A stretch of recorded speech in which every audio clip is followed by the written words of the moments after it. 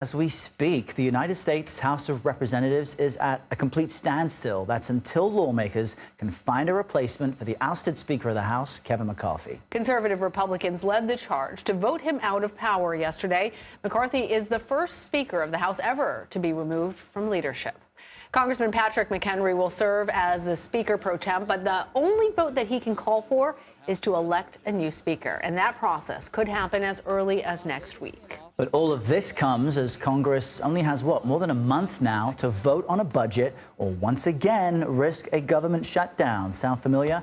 Congressional correspondent Scott MacFarlane has been following all of this for us from Capitol Hill. Joins us now with the latest. Scott, I'm wondering who would even want this job, considering how tough it is to wrangle the Republican caucus. But I understand Representative Jim Jordan just announced he plans to run. What are his chances? And who else wants this, what seems to be a really challenging gig? Hey, Errol and Lana, this is a different type of gridlock, one that we've never seen before. I can look at the House chamber from where I'm standing. You can see the lights are off and the doors are locked. It's at a standstill indefinitely until they choose and elect a new Speaker. And yes, there are some candidates now. You mentioned Jim Jordan, chairman of the House Judiciary Committee, potentially one of the most ardent and devoted loyalists of Donald Trump. He's in. He released a letter and released his first endorsement today. One of his fellow Ohioans has endorsed Jim Jordan. Meeting right now, Steve Scalise with some of his fellow Republicans. The House Majority Leader seems to want this job as well. But the bigger question is, as names get thrown in, does anybody have a pathway to 218 votes? The votes needed to become Speaker. There's no indication anybody is going to easily be able to reach that threshold, which raises the prospect that when the U.S. House returns here Tuesday, there's going to be a standoff over the speakership. Yeah, we've heard that before, but this is a different matter because the House has ground to a halt until they choose a new Speaker, and we are about 43 days away from the next deadline for a government shutdown. Yeah. And there's bad blood, certainly, within the Republican Party, between Republicans and Democrats. Actually, on that, Scott, I want to ask you about the news that we received that the hideaway offices of Representatives Pelosi and Steny Hoyer have been taken from them. What can you tell us about that? Who is behind it?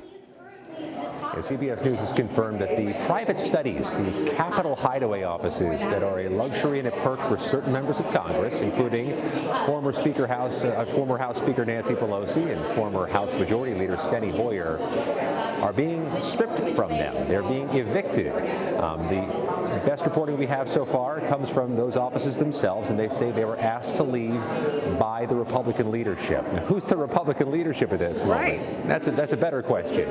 Our reporting is that the notification came from the House Committee on Administration, which is run by Republicans, and they administer the Capitol Hill complex.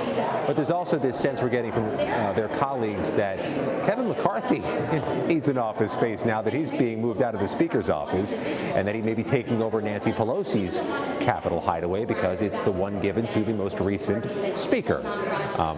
We know this didn't go over well with Democrats, who view this as petty and a very questionable way to start over after the ousting of a Speaker.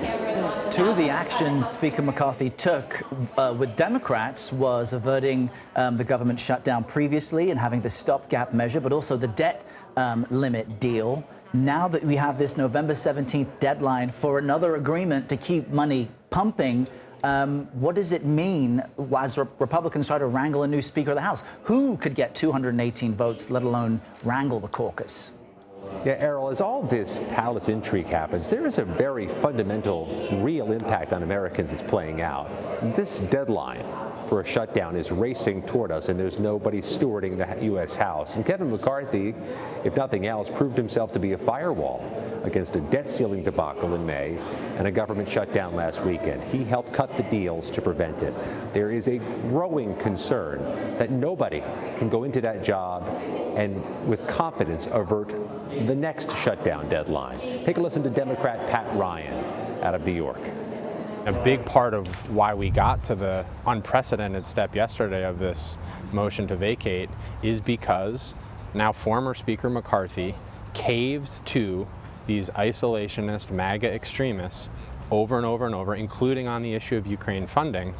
And then when it came time to talk about a unity approach, and think about, could we as Democrats support someone who's allowed these divisive forces to really hijack the Congress? There's no way that I could do that in good conscience. That's Pat Ryan of New York. The House is adjourned indefinitely. All right, Scott, thank you for keeping us abreast of everything. Thanks, Scott.